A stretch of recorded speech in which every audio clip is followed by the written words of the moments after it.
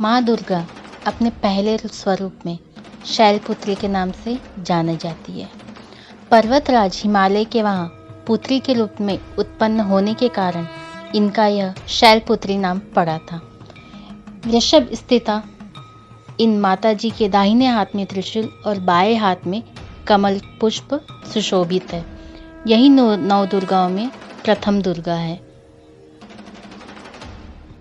अपने पूर्व जन्म में प्रजापति दक्ष की कन्या के रूप में उत्पन्न हुई थी। तब इनका नाम सती था। इनका विवाह भगवान शिव शंकर से हुआ था। एक बार प्रजापति दक्ष ने एक बहुत बड़ा यज्ञ किया। इसमें उन्होंने सारे देवताओं को अपना अपना यज्ञ भाग प्राप्त करने के लिए निमंत्रित किया था, किंतु शंकर जी को उन्होंने इस यज्ञ में निमंत्रित नहीं किया। सती ने जब यह सुना कि हमारे पिता एक विशाल यज्ञ का अनुष्ठान कर रहे हैं, तब वहां जाने के लिए उनका मन विकल हो गया। अपनी यह इच्छा उन्होंने शंकर जी को बताई। सारी बातों पर विचार करने के बाद उन्होंने कहा, प्रजापति दक्ष किसी कारणवश हमसे रुष्ट है। अपने यज्ञ में उन्होंने सारे देवताओं को आमंत्रित किया है, उनके यज्ञ भाग भी उन्हें समर्पित किए, किंतु हमें जानबूझकर नहीं बुलाया है, कोई सूचना तक नहीं भेजी है। ऐसी स्थिति में तुम्हारा वहां जाना किसी भी प्रकार से श्रेयस्कर नहीं होगा। शंकर जी के इस उपदेश से सती का प्रबोध नहीं हुआ।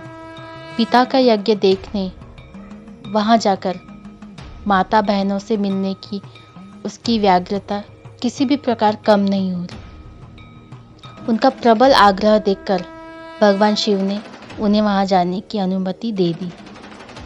सती के पिता के घर पहुंचकर देखा कि कोई भी उनसे आदर तथा प्रेम के साथ बातचीत नहीं कर रहा है। सारे लोग मुंह फेरे हुए। केवल उनकी माता ने उन्हें स्नेह से गले लगाया। बहनों की बातों में व्यंग और उपहास के भाव भरे हुए थे। परिजनों के इस व्यवहार से उनके मन को बहुत क्लेश पहुंचा। उन्होंने यह भी देखा कि वहां चतुर्दिक भगवान शंकर के प्रति तिरस्कार का भाव भरा हुआ है। दक्ष ने उनके प्रति कुछ अपमानजनक वचन भी कहे। यह सब देखकर सती का हृदय क्षोभ, ग्लानि और क्रोध से संतप्त हो उठा। उन्होंने सोचा, भगवान शंकर जी की बात ना मान यहाँ आकर मैंने बहुत बड़ी गलती की है। वह अपने पति भगवान शंकर के इस अपमान को सह न सकी। उन्होंने अपने उस स्वरूप को तत्क्षण वही योगाग्नि द्वारा जलाकर भस्म कर दिया। वज्रपात के समान इस दारुण दुखद घटना को सुनकर शंकर जी ने क्रुद्ध हो अपने गणों को भेजकर दक्ष के उस यज्ञ का पूर्णतः विध्वंस किया। सती ने योगाग्नि द्वारा अपने शरीर को भस्म कर अगले जन्म में शैलराज हिमालय की पुत्री के रूप में जन्म लिया।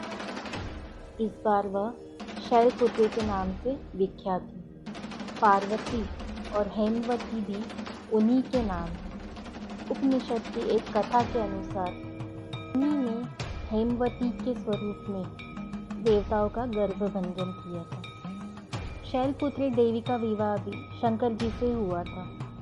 पूर्व जन्म की भांति इस जन्म में भी वह शिव जी की अर्धांगिनी बनी। 9 दुर्गाओं में प्रथम शैलपुत्री दुर्गा का महत्व और शक्तियाँ अनंत हैं।